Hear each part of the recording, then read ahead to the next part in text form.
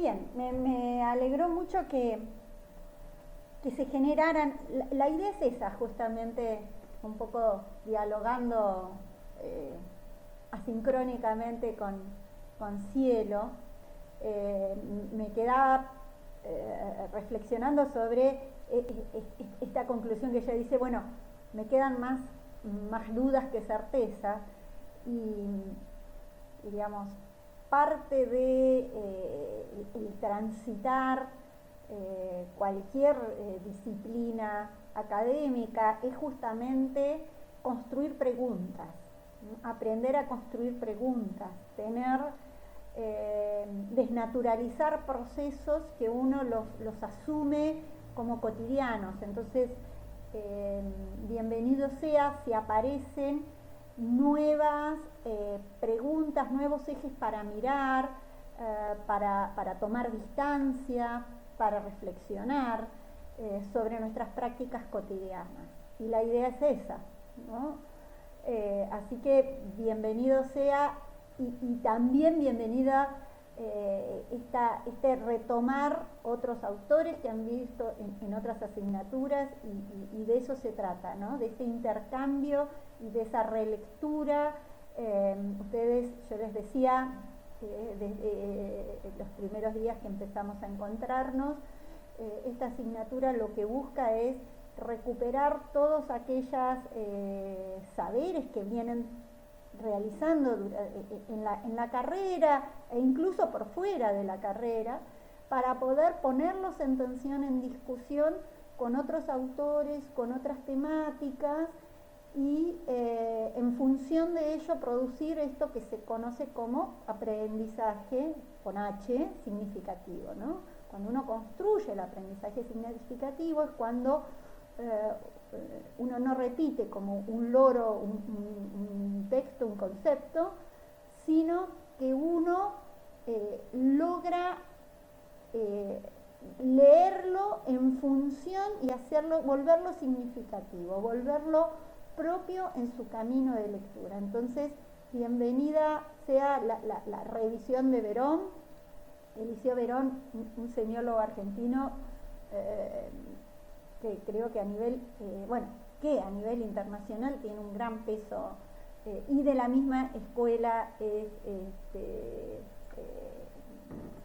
los Oscares, Steinberg y Mazzotta, y una generación más contemporánea, el más reciente, Mario Carlo.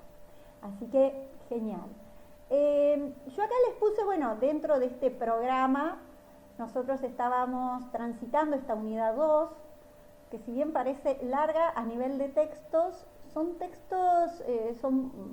pocos textos, pero que la idea es justamente esto, recuperar estos saberes que ustedes tienen vinculados a, estábamos pensando nuestra contemporaneidad, y dentro de nuestra contemporaneidad pensar cómo se han, esta característica de la mediatización, ¿no? Si bien la sociedad moderna, la modernidad está mediatizada gracias a la imprenta, que nos ha permitido una mayor accesibilidad y una mayor permanencia de documentos, ¿no? ¿Qué sería de la historia sin la imprenta? ¿No? Muchas de las fuentes que utiliza la historia y las demás ciencias sociales son fuentes que se han editado a lo largo de la historia, ya sean, ¿no? Es decir, los textos manuscritos son más difíciles de conservar y son más difíciles de recuperar, y luego están las otras fuentes, que son las fuentes editadas, ¿no? Y aquí, bueno, agradecer a la aparición de la imprenta, y desde entonces todas estas distintas tecnologías, y la pongo con comillas porque estamos hablando de tecnologías que implican mediaciones, ¿no? Hasta llegar a estas reflexiones en esta sociedad hipermediatizada, ¿no? Es decir, pensar no solo en la producción, sino también en la circulación de los mensajes y cómo en esta circulación se van modificando también las lecturas y relecturas. Entonces trabajamos estos ejes. La semana pasada yo les comenté algo sobre esto del homo videns, y esta semana me interesaba que revisáramos, sé que algo mencionan ustedes sobre la teoría crítica, así que no me voy a detener mucho, les hago una breve presentación, y me interesa sí que podamos leer el texto de Adorno y Horkheimer, que es un texto clásico, hay que leerlo, que en cualquier carrera de diseño en comunicación visual, en comunicación audiovisual y diseño gráfico, es la lectura obligada. Quizás puede generar complejidades por las traducciones, así que por eso propuse el encuentro de dudas y demás, y me parece esta semana que empezáramos la lectura y la semana que viene que podamos revisarlo juntas. Y vamos a leer a dos autores de la Escuela de Frankfurt. Por un lado, este texto de Theodor Adorno y Max Horkheimer, La industria cultural y Luminismo como mistificación de masas. Y por el otro lado, el otro texto que vamos a leer para ya fines de septiembre, es el texto de Walter Benjamin, La obra de arte en su época de su reproducción mecánica. Y de esta manera a mí me interesaba que pudiéramos ir metiéndonos en las cuestiones de estética, ¿no? Para hablar de la estética, para hablar de estos cambios a nivel de arte. Yo sé que tanto con Valeria como con Julia tienen un muy buen manejo de lo que es la historia del arte, o sea, no vamos a trabajar historia del arte, sino que vamos a trabajar concepciones estéticas, ¿no? Vamos a hacer un breve paneo por las distintas concepciones estéticas y vamos a tratar, que es lo que nos quedaría de acá a fin de año, que es el módulo 3, es la unidad 3, perdón, tratar de definir qué se entiende por arte, qué se entiende por artista, qué se entiende por criterio de valoración de la obra de arte.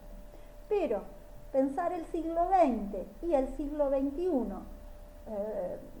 necesitamos, para pensarlo en esta construcción de subjetividad, que era una pregunta que nos hacíamos a principio de año, tenemos que pensarlo en función de las industrias culturales y la construcción del gusto, ¿no? ¿Cómo es que se llega a construir, a consolidar ciertos gustos, ¿no? Y en ello se ha modificado mucho los estudios, y en especial hubo una gran tradición que se inicia con la Escuela de Frankfurt, pero que luego va a ir tomando distintas aristas, ya sea desde la sociología, ya sea desde otra manera de comprender, que son los estudios culturales, en donde se analiza por qué se consume lo que se consume, ¿no? Y qué tienen estas industrias culturales distintas a otras industrias. Porque si algo tiene el cine, la radio, todo lo que serían las plataformas actualmente, pero que implica y que tiene que ver con la industria cinematográfica, los videojuegos, la industria de videojuegos es un gran constructor de subjetividad, es esta instalación de un modo de ser, ¿no? Entonces, por eso nos interesa las industrias culturales, ¿no? Porque no solo, ¿no? Implican una producción en masa de un producto, sino que ese producto tiene que ver, ¿no?, con los modos de ser de nosotros. Entonces, en ese sentido, es tan la complejidad de la industria cultural que no se puede pensar como si fuera cualquier otra industria.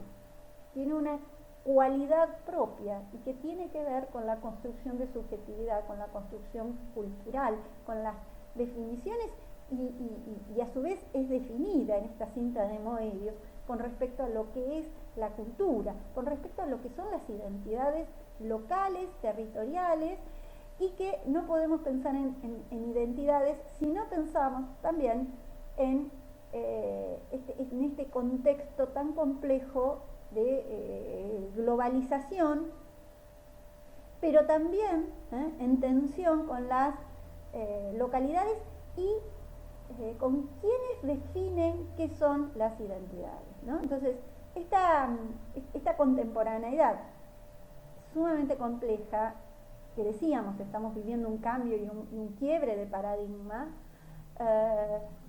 requiere de que nos vayamos para atrás a ver qué se empezó a plantear, por qué la discusión sobre estas industrias culturales.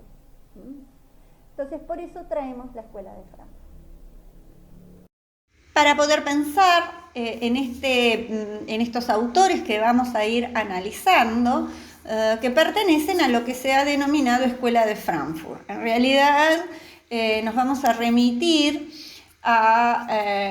físicamente al Instituto de Investigaciones Sociales, que es importante ubicarlos en un contexto histórico-social. El contexto es el contexto posterior a la Primera Guerra Mundial, que había dejado una Alemania empobrecida, una Alemania derrotada, una Alemania a la que había perdido territorios después del Tratado de Versalles y había quedado sumamente endeudada. Entonces había una gran crisis económica posterior a esta Primera Guerra Mundial. Por otro lado, hay que pensar en cómo se va a ir conformando este siglo XX, cuya característica va a ser esta división entre lo que podemos decir economías y países ligados a economías capitalistas y países que se van a unificar ligados a economías o a la Unión de Repúblicas Socialistas Soviéticas.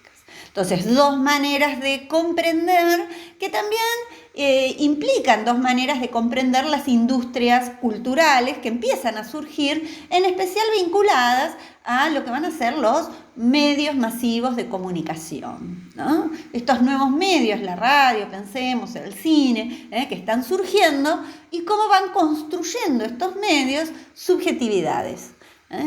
Es interesante entonces este grupo de pensadores que pretende, que invita a pensar el materialismo dialéctico, a releer los textos de Marx a partir justamente de este nuevo contexto. Bueno, ahora vamos a seguir con algunos de estos pensadores y vamos a ir ubicándonos mejor en algunos ejes que plantea justamente el instituto en este contexto de la República de Weimar. Se va a consolidar lo que va a ser el Instituto de Investigación Social, que surge de la mano de, podríamos decir, una especie de mecenas. Uno de ellos es argentino, que se llamaba Felix Weil, y quien va a poner el dinero, es decir, va a financiar Felix Weil primeramente un grupo de reuniones de análisis y de reflexión respecto a lo que se va a conocer como la primera semana de trabajo socialista. Quedan muy entusiasmados y deciden financiar, junto con Friedrich Pollock, el Instituto de Investigaciones Sociales, como una alternativa a lo que se estaba dando y haciendo en la universidad, ¿no? Para analizar y traer, ¿no? En este marco de una gran desigualdad, ¿no? La universidad en Alemania era un espacio muy conservador. La fundación del instituto tendría un primer momento más vinculado a pensamiento y análisis de lo que van a hacer Karl Korsch, ahí les dejé algunas fotos, Lukács, que vienen trabajando con respecto a lo que va a ser el fetichismo y la conciencia del proletariado, ¿no? Una relectura de los textos de Marx, pero va a haber un cambio, una bisagra, en el 29, cuando el director de este instituto, que era Grünberg, que era un historiador austromarxista, se retira y en 1930 pasa a estar a cargo de la dirección del instituto Max Horkheimer. Y le da un nuevo clima, podríamos decir. Horkheimer, en el discurso inaugural, plantea que, lejos de la preocupación por el materialismo histórico como ciencia, y hacia un desarrollo de una filosofía social, ¿no?, que buscaba complementarla con las investigaciones empíricas. En el 32 deja de publicar el instituto archivos para la historia del socialismo y el movimiento obrero, y comienza una nueva revista, que es la revista de investigación social. Es decir, aparece un nuevo clima de empezar a investigar este nuevo clima de época. El contexto que vivía Alemania, este contexto, decíamos, de pobreza, de hiperinflación, ¿no?, un contexto muy complejo. En las artes visuales está también vinculado a lo que fue Gross, estas visiones muy críticas desde el movimiento conocido como la nueva objetividad. Este periodo de gran exhibición de antagonismos, de contrastes, de una sociedad de mucho contraste, y en este contexto proponer estudiar a los hombres y mujeres de carne y hueso, ¿no? Y analizar, incluso, porque ya estaba surgiendo y desarrollándose el partido que le va a dar la posibilidad de acceder al poder a Adolf Hitler, justamente, ¿por qué? Porque analizar las condiciones subjetivas, ya no solo lo objetivo, sino de por qué puede ganar, por qué y cómo se podría evitar la suba de Hitler al poder, ¿no? Hacen una gran encuesta, un estudio de encuesta, de ir a analizar para estudiar el proletariado. No se llega a publicar, que se llamó Obreros y Proletarios, que reunía una serie de consultas y de preguntas. Bien. Tanto Adorno como Horkheimer van a tener, cuando asume el poder, el nacionalsocialismo de la mano de Adolf Hitler, tienen que exiliarse, ¿no? Es más, se van exiliando los distintos miembros de la escuela, Marcuse, Fromm, muchos de ellos terminan obviamente en Estados Unidos, van escapando, pero bueno, la presencia siempre de él.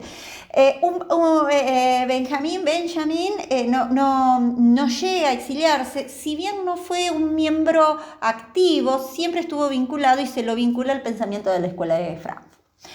A esta, podríamos decir, teoría crítica, a esta revisión, entonces decíamos, de los textos de Marx y de los textos de Engels, y atravesado por este nuevo clima de época, por esta búsqueda de un análisis más científico, podríamos decir, y para analizar esta sociedad, pero por el otro lado, pensarlos desde la contemporaneidad que estaban viviendo, una contemporaneidad en donde ya lo que era el pensamiento freudiano había hecho una eclosión muy fuerte.